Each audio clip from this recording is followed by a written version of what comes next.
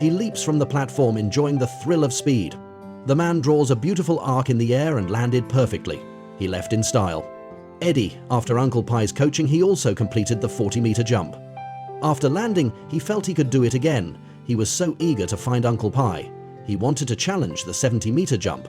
When he came to the track, Uncle Pie just said to him, "Don't fall to your death." Then he sat down at the bottom of the track.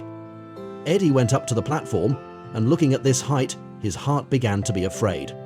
He tried to ask the person behind him to give him a push, but he fell. There's no doubt he's going to fail this time. He hit the snow hard. The inertia of the descent caused him to roll over and over on the snow. He didn't stop until he reached the bottom of the track, and then he was carried away on a stretcher. Eddie managed to get himself into the hospital. Uncle Pie was impressed by his courage and spirit. He decided to teach him how to land so that he can participate in the Olympic Games. Knowing this news, Eddie was even more enthusiastic. As soon as he got out of the hospital, he found Uncle Pie. Then he started to train hard. Soon the championships began. All he had to do was make the leap, and he could fulfill his dream. And he didn't fail to live up to his efforts. Although he only jumped 34 meters, but reality played a joke on him. The national team changed the conditions and increased the distance to 61 meters.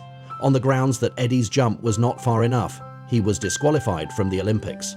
But the truth is, they didn't want to waste their resources on Eddie.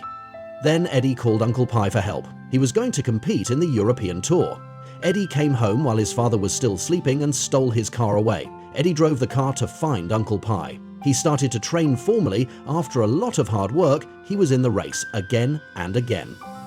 He set a new record. Finally, in the last competition, he jumped 61 meters.